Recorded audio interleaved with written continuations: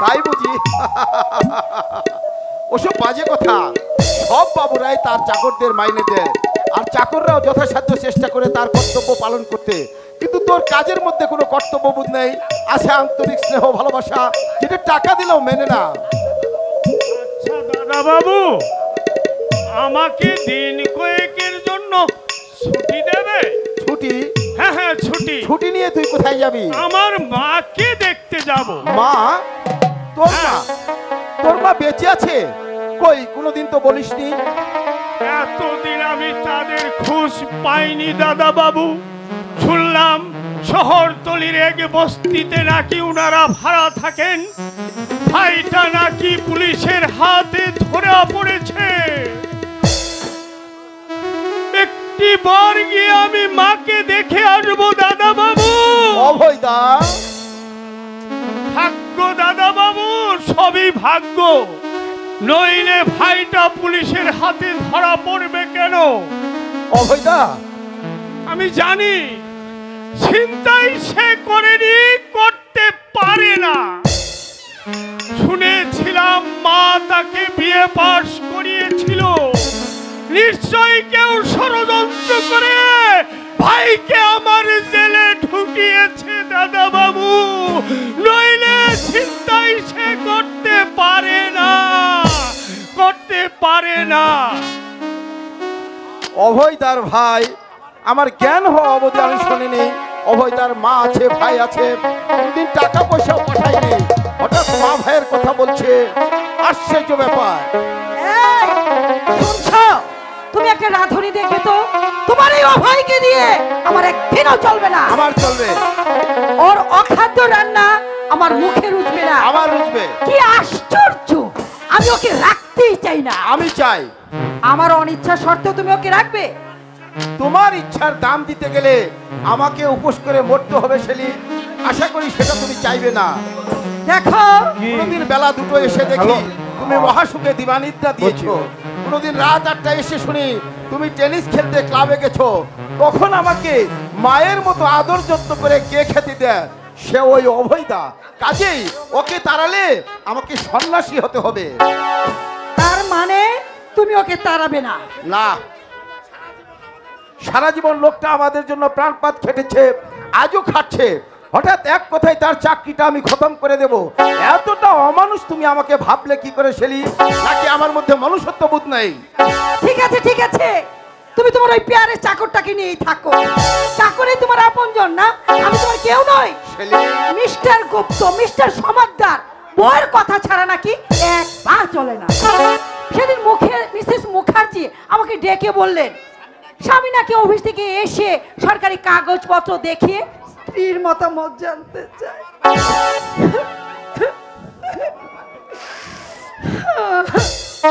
আমার ভাগ্যটাই এমন, আমার কোনো কথাই শুনতে চায় না, কোনো কথাই না।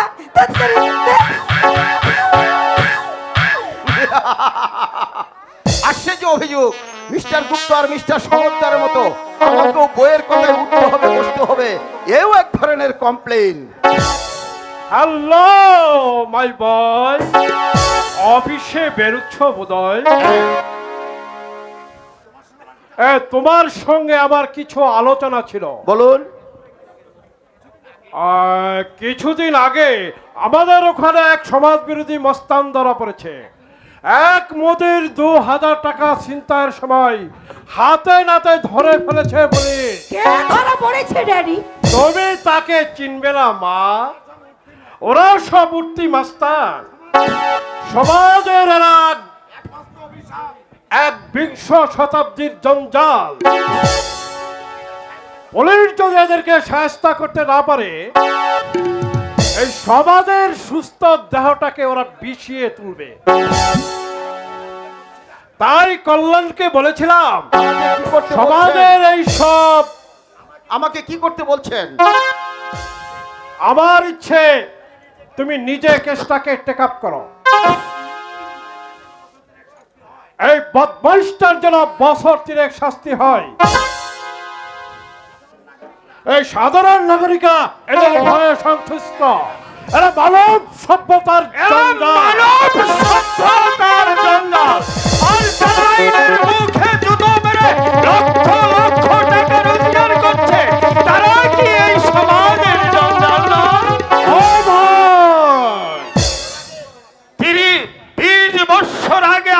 কাউকে যদি খুবই গরিবই দেখে থাকি আর আজ যদি তাকে কোটিপতি হতে দেখি, তাহলে কি আমার মনে প্রশ্ন জাগে না, কি করে লোকটা কোটিপতি হলো? আচ্ছা আমায়, তুই কি আমাকে লক্ষ্য করে কথাগুলো বলেছিস? না বাবু, আমি কারো নাম ধরতে চাই না। আমি শুধু জেলার পুলিশের বড় কর্তার কাছে অভিযোগ করে যাচ্ছি। তুমি অনুসন্ধান করে দেখো আইনের রক্ষক কেন শিক্ষিত তরুণের দল নেমে যাচ্ছে অভক্ষয়ের পথে। কোন সুড়ঙ্গ পথে রোজগার করে একদল মানুষ টাকার পাহাড় জমাচ্ছে। তোর স্পর্ধা তো কম নয়, এই চাকর হয়ে তুই বড় বড় কথা বলছিস। চাকর হলো আমি এই দেশের একজন নাগরিক হিসাবে জেলার পুলিশের বড় কর্তার কাছে আমার অভিযোগ জানিয়ে যাচ্ছি। তুমি সমস্যাটা তলিয়ে দেখার চেষ্টা করো দাদা বাবু, তুমি অনুসন্ধান করো আমার অভিযোগের, তুমি অনুসন্ধান করো। যুগের হাওয়া দেখছে উল্টে যাচ্ছে, বাড়ির চাকরও তার মনিবকে উপদেশ দেয়। শুনলে শুনলে তোমার পেয়ারের চাকরের কথাগুলো? অভয়দার সাথে আমি সম্পূর্ণ একমত ছেলে।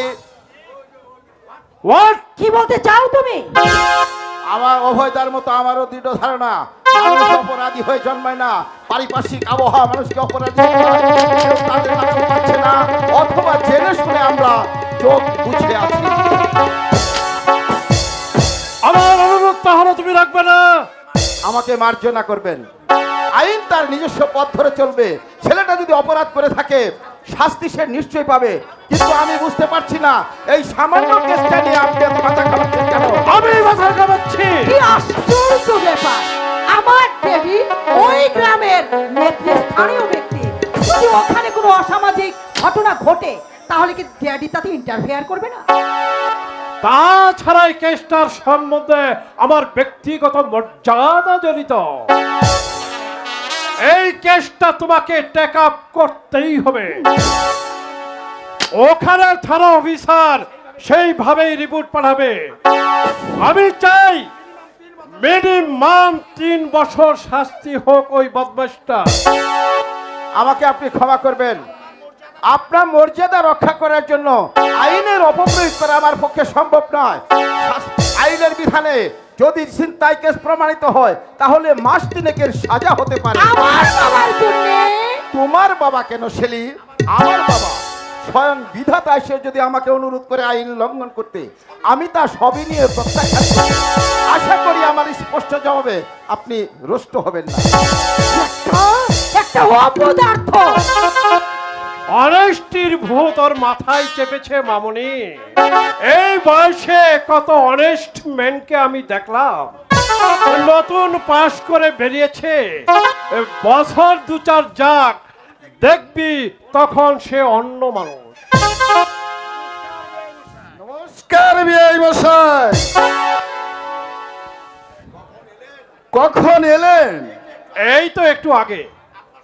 হ্যাঁ, আপনার সাথে আমার কিছু কথা আছে। ঠিক আছে, তোমরা তাহলে কথা বলো ড্যাডি, আমি তোমাদের খাবারের ব্যবস্থা করছি। তবে হ্যাঁ ড্যাডি, ও ড্যাডি, ড্যাডি দেরি করো না ড্যাডি, দেরি করে খেলে তোমার আবার শরীর খারাপ করবে।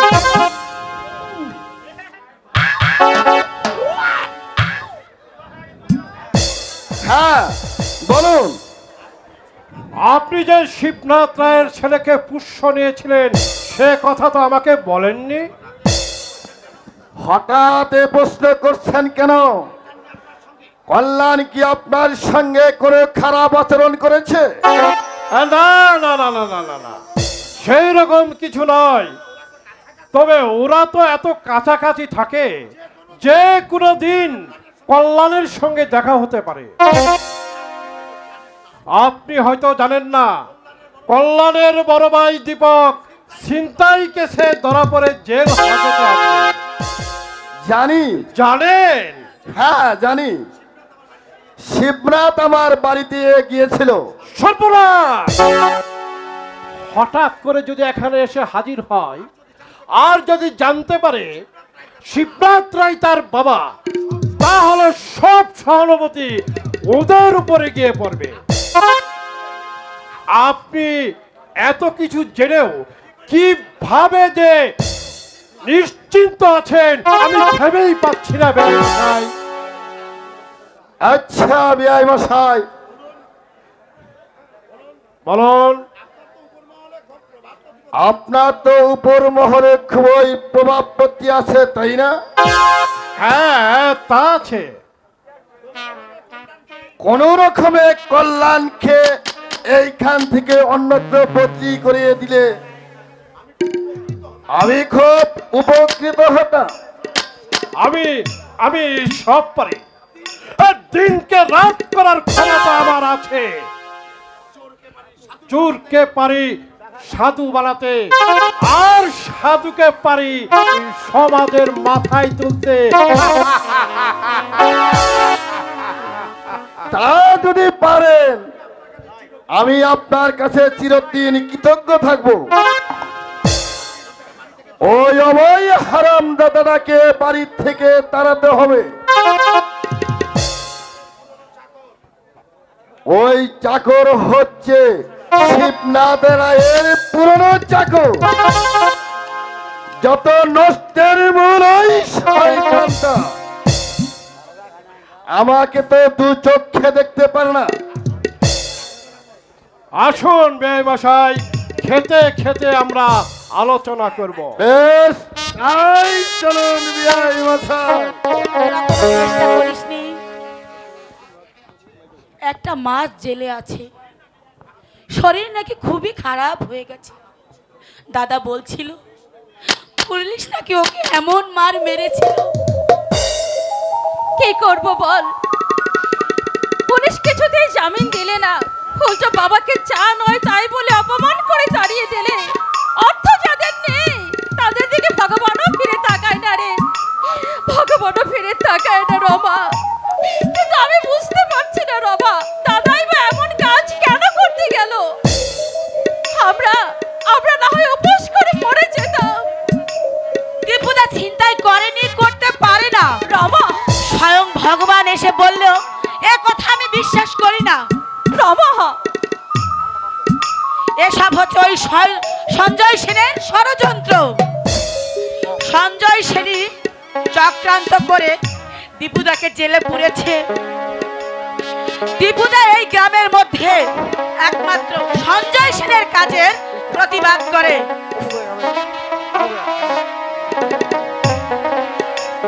দাদাকে তুই অন্ধের মতো ভালোবাসিস রমা। হয়তো তাই, কিন্তু তবু আমি বলছি দীপুদা নির্দোষ। শাসনের চাবুক চিরদিন শুধু ওই গরিবের পিঠেই পড়ে। নইলে লরি ওয়াগনের মাল ওই বিনোদ মুদির ঘরে ঢুকছে, রাতারাতি দোতলা বাড়ি করছে। কই তখন তো কেউ ওই বিনোদ মুদিকে ডেকে বলছে না বাড়ি করবার টাকা তুমি কোথায় পেলে? কি যে হবে আমি কিছু ভেবে পাচ্ছি না রমা। আমাদের না আছে আর্থিক সংগতি, না আছে লোকবল। রমা, দীপা,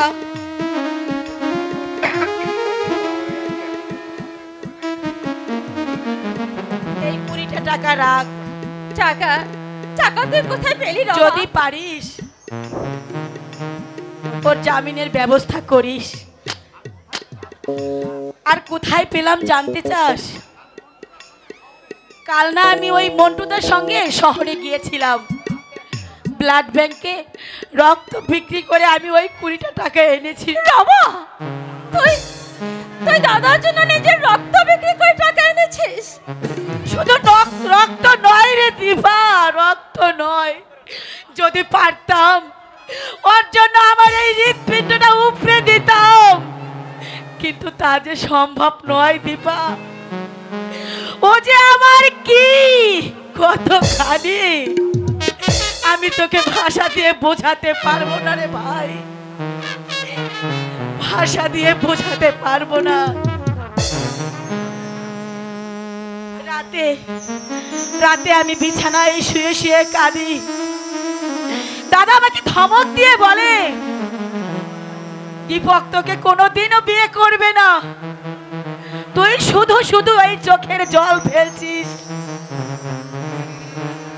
ও যে কেন বিয়ে করতে চাইছে না সে কথা আমাকে বলেছে। ঘরে ওর বিবাহযোগ্য বোন, মাথার উপর গরিবের বোঝা, ওর মনটাকে যে নিশিদিন কুরে কুরে খাচ্ছে দীপা। তোরা তোরা ওকে বুঝতে পারবি না রে দীপা, তোরা ওকে বুঝতে পারবি না। রমা, কাল যাবি দাদাকে দেখতে? না রে দীপা না, ওই অন্ধকার জেলখানায় ওকে দেখলে আমার যে ভীষণ কান্না পাবে দীপা। তার থেকে ওই ঘরে বসে বসে ওর ছবি দেখবো আর মনে মনে ওই ভগবানের কাছে বলবো,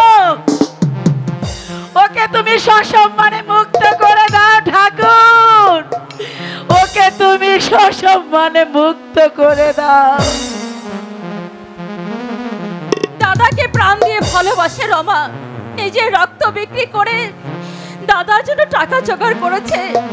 ও নাকি দাদার জন্য নিজের হৃৎপিণ্ডটা উপড়ে দিতে পারে, কিন্তু আমি তো দাদার মায়ের পেটের বোন, আমি কি কিছুই করতে পারি না। আবার প্রাণটা দিলে যদি দাদা মুক্তি পেত, আমি তাই দিতাম, আমি তাই দিতাম, আমি তাই দিতাম। দীপুকে মিথ্যা মামলা দিয়েছে সঞ্জয় সেন। আমি হারামির বাচ্চা বিলুকে চেপে ধরেছিলাম, সে বললো সঞ্জয় বাবু আমাকে চাকরি দিয়েছে, আমি তাই করেছি। সবই বুঝতে পারছি মাইকেল, তবে পুলিশ যখন ধরেছে মামলা যাই হবার হবে, তবে সঞ্জয় বাবু চেষ্টা করবে ওর যাতে কঠিন শাস্তি হয়। ওনার জামাই পুলিশ সুপার। মামলার আগে হাতে শুকতে হবে না একবার? না মাইকেল, পট পট কতটা মরবি, আমার সব ডর ভয় নেই। মাসিমার হুকুম মেলে আজ এই বাড়িটাকে রাস্তার মধ্যে ধুলাই দিতাম। মাইকেল, তাতে যদি আমার সমাজ জেল হয় তার জন্য আমি প্রস্তুত। কি ব্যাপার তোমরা? আপনি আপনি হুকুম দিন মাসিমা, আমি আজ হারামির বাচ্চা সঞ্জয় সেনকে রাস্তায় ফেলে আচ্ছা করে ধুলাই দিব। মাথা গরম করিস না মাইকেল, কেসটা আরো খারাপ হয়ে যাবে। কি খারাপ হবে শুনি? জেল না হয় ফাঁসি, তাতে কি হয়েছে? মরতে তো হবে একদিন, মরার আগে ওরকম দু চারটে জানোয়ারকে খতম করে তারপরে মরবো, এ হচ্ছে আমার নীতি। না মাইকেল, তোমাদের সঙ্গে আমি একমত হতে পারছি না। দীপক যদি অপরাধ করেই থাকে তাহলে নিশ্চয়ই তার সাজা হবে, আর নির্দোষ হলে সসম্মানে মুক্তি পাবে। নিশ্চয়ই মাসিমা, আপনার চিন্তাধারা সম্পূর্ণ ভুল। মাইকেল, বিষয় সম্পত্তি নিয়ে দাদার সাথে আমার ঝগড়া হয়েছিল। দাদা নিজে বৌদির হাতে একটা ডায়েরি বসে দিয়ে থানায় গিয়ে ডায়েরি লেখায় আমি নাকি বৌদিকে খুন করতে উদ্যত হয়েছিলাম। মাইকেল, দেখায় সাক্ষী দিয়েছিল ওই হারামির বাচ্চা সঞ্জয় সেন। বিচারে আমার 2 বছর জেল হয়, দোষী না করেও আমি শাস্তি পেলাম। কই তোমার ভগবান তো আমাকে নির্দোষ বলে খালাস করে দেয়নি। আল্লাহ ভগবান সবই ধাপ্পাবাজি, এই যুগে বিচারে বাণী নীরবে নিবৃত্তে কাঁদে। তাই আমার নীতি হচ্ছে কাপুরুষের মতো লাশে টুটি কামড়ে ধরে জানোয়ারদেরকে হত্যা করা, তারপর জেল ফাঁসি, যা আমার হোক, যা আমার হোক। ওর কথাই আপনি কিছু মনে করবেন না মাসিমা, ছেলেটা বরাবরই উগ্র প্রকৃতি। না না না, মামলায় কি হবে জানেন ভগবান? টাকা পয়সা খরচ করতে পারলে হয়তো রেহাই পেত। আপনি একবার সঞ্জয় বাবুর কাছে গিয়ে বলুন না মাসিমা। না বাবা, সেটা হবে আমার পিতা সঞ্জয় সেনের ইতিহাস তোমরা জানো না। আমাদের এই দুরবস্থার মূলে দায়ী ওই সঞ্জয় সেন। তোমার মেসমশাইকে ওই ওই লোকটা বিপদে চালিত করে। কি বলছেন আপনি সঞ্জয় বাবু? হ্যাঁ, আমাদের বাবাকে তুমি মার্জনা করো বাবা। এই ঝুঁকের মাথায় এই কথাগুলো আমি বলে ফেলেছি। নিজের চরিত্র ঠিক না থাকলে কেউ তাকে বিপদে নিয়ে যেতে পারে না।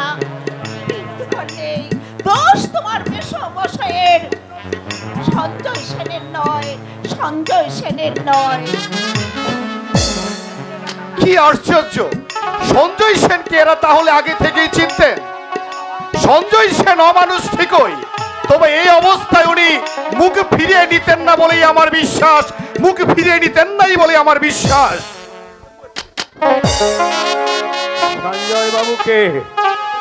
সঞ্জয় বাবুকে আমি অনেক দিন আগেই চিনেছি।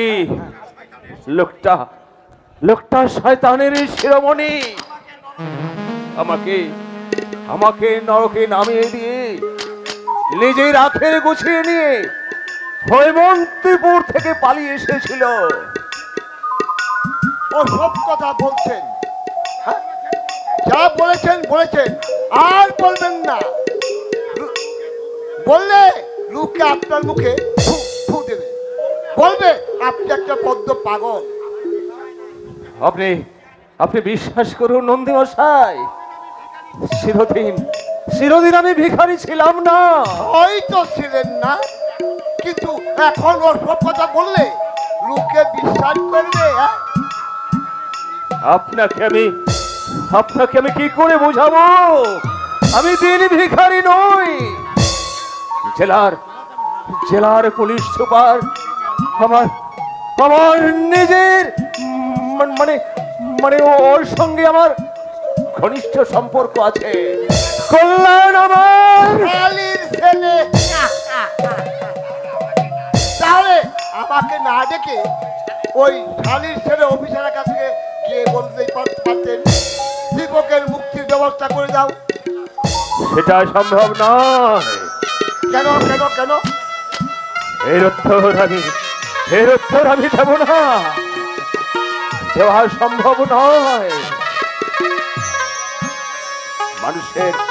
মানুষের এমন কিছু কথা আছে যা বলতে গেলে লজ্জায় মাথা হেঁট হয়ে যায়। যাকে আপনাদের গোপনীয় কথা আমি শুনতে চাই না। আমি আপনার জন্য কি করতে পারি সে কথাই বলুন। সঞ্জয় সেন আপনার বন্ধু, আপনি বলে যদি দয়া করে দীপকের চাকরিটা করিয়ে দিতেন তাহলে হয়তো ভালো হতো। কিন্তু একটা নির্দোষ ছেলে লাইফটা এইভাবে বরবাদ হয়ে যাবে, এটা আপনারা নিশ্চয়ই চাইবেন না নন্দীমশাই। না না না, আমি হাত জোর করে আপনার কাছে মিনতি করছি। ওর মায়ের মানসিক অবস্থাটা আপনি তো উপলব্ধি করতে পারছেন। আপনাদের মনোবেদনা আমি উপলব্ধি করতে পারছি। আপনারা যখন দীপকের মুক্তির ব্যবস্থা প্রস্তাব করছেন, আমিও একটা প্রস্তাব দিতে চাই। যদি রাজি থাকেন দীপককে আমি বেকসুর খালাস করে আনবে। বলুন। আপনার যে কোনো প্রস্তাবে আমরা রাজি আছি নন্দীমশাই। আমাদের মানসিক অবস্থাটা আপনি নিশ্চয়ই উপলব্ধি করতে পারছেন। আচ্ছা বলুন তো, আমার বয়সটা কত বলে মনে হবে? 60-65। শুনেন, এই মাথার চুলে পাক ধরেছে বলে ভেবেছেন আমি বৃদ্ধ হয়েছি? এই মাসে আমি 45-এ পা দিলাম। আপনার অত বড় ছেলে চন্দন খুব কম বয়সে বিয়ে করেছিলাম।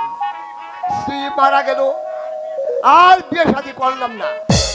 অথচ মনে করুন, ঘরে যদি মেয়ে মানুষ না থাকে, সেই সংসারে লক্ষ্মী থাকে না, মন বসে কোনো পুরুষ মানুষের। হ্যাঁ, তা তো বটেই, তা তো বটেই। আমি তাই বলছিলাম, এই আপনাদের ওই দীপা দীপা দীপা যদি আমার সংসারে ভার নেয়, দীপকের মুক্তি ব্যবস্থা আমি করে দেবো। এই সঞ্জয় বাবু আমার অনুরোধ উপেক্ষা করতে পারবে না। উনার গোপন ইতিহাস আমি জানি। সে তো খুব ভালো প্রস্তাব। দীপা আপনার ঘরে যাবে। হ্যাঁ, চন্দনেরও সম্মতি আছে জানি। না না না না না, চন্দনের বিয়ের কথা আমি ভাবছি না। তাহলে বিয়েটা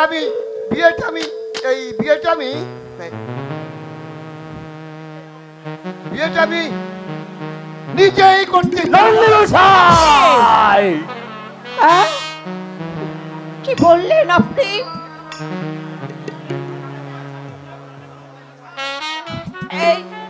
এই বৃদ্ধ বয়সে আপনি বিয়ে করবেন নন্দী মশাই? আর মেয়ের বয়সী একটা মেয়েকে আপনি কি মানুষ? শুনুন, কি শোনাবেন আপনি? আপনি যদি মানুষ হতেন তাহলে এই জঘন্য মন্তব্য আপনি করতে পারতেন না। আমার ছেলে ওই ছেলে পচে মরক, তবু দীপার জীবনটাকে আমি শেষ হয়ে যেতে দেব না।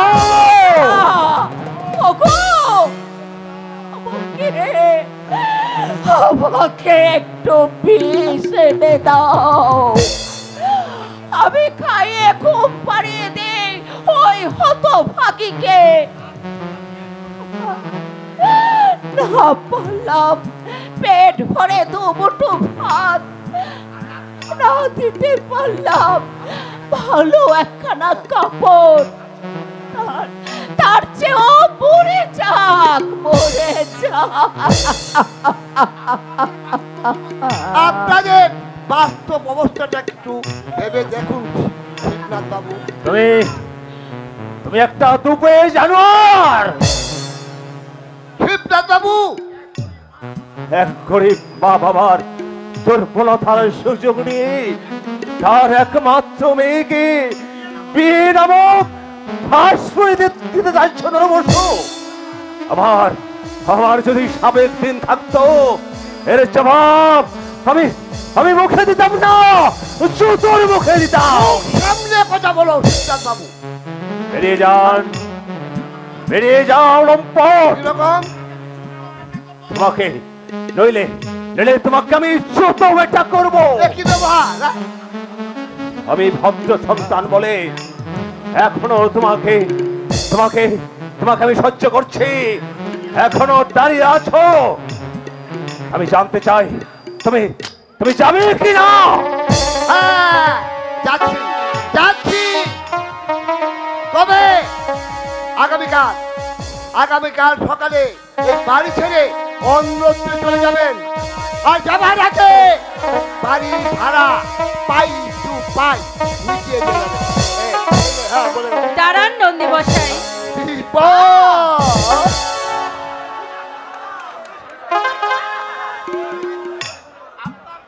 আপনার প্রস্তাবে আমি রাজি আছি।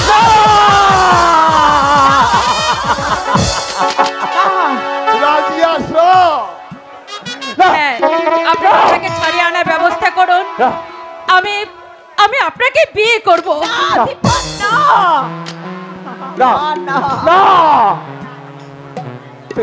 তুই ভুল করছিস মা, ভুল করছিস। সারা জীবন তোকে এই ভুলের মাসুল দিতে হবে রে মা, ভুলের মাসুল দিতে হবে। আমি পালঙ্কে শুয়ে তুই হাহাকার করে কাঁদবি। দরকার নেই ওই দীপকের মুক্তি। দীপদের জেলে পচে মরক।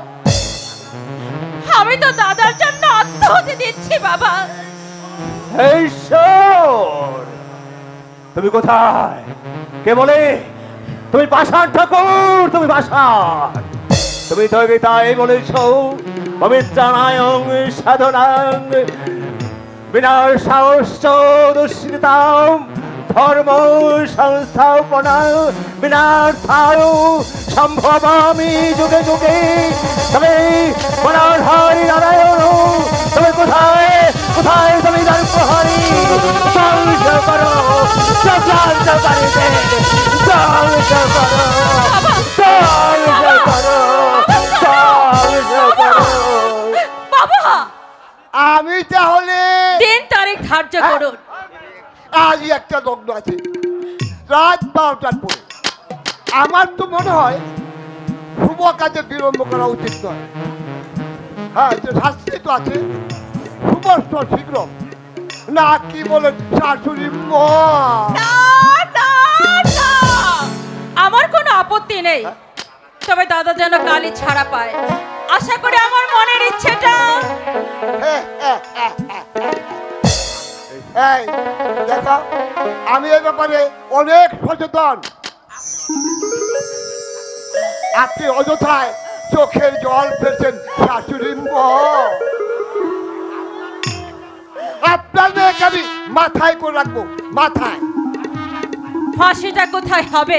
এই ফাঁসি নয়, ফাঁসি নয়, এই বিয়ে বিয়ে বিয়ে আমার বাড়িতে হবে। অযথা তোমাদের খরচ করতে চাই না। যাবার আগে আপনাকে একটা প্রণাম করে যাই শাশুড়ি মা। চলে যাও, চলে যাও। দোয়া করবেন, আশীর্বাদ করবেন আমার যেন 100 পরমায় বছর পরমায় নিয়ে বাঁচতে পারি। মা এদিকে একটু দেখান, মা একটু প্রণাম করি। চলে যাও, চলে যাও।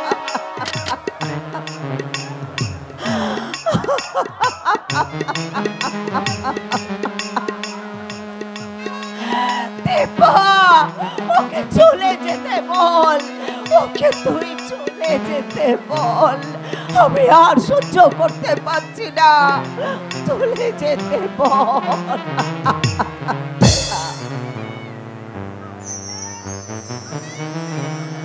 চলে যেতে বল।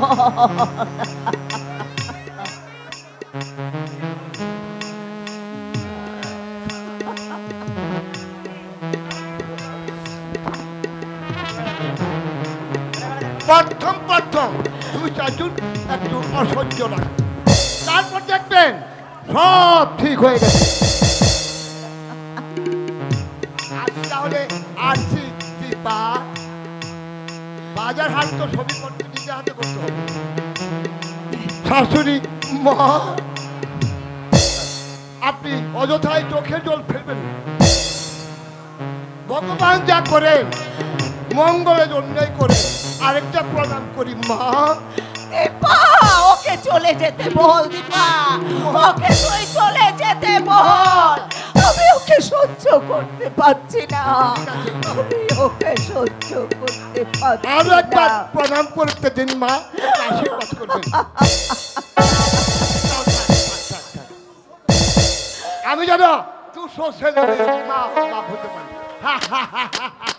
চলি, আসি আসি আসি দীপা। দীপা, দীপা, আমি আসি আসি আসি।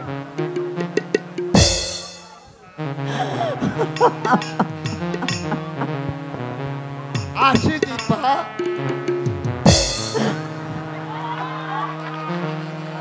আসি আসি আসি আসি শাশুড়ি মা। ও ভগবান,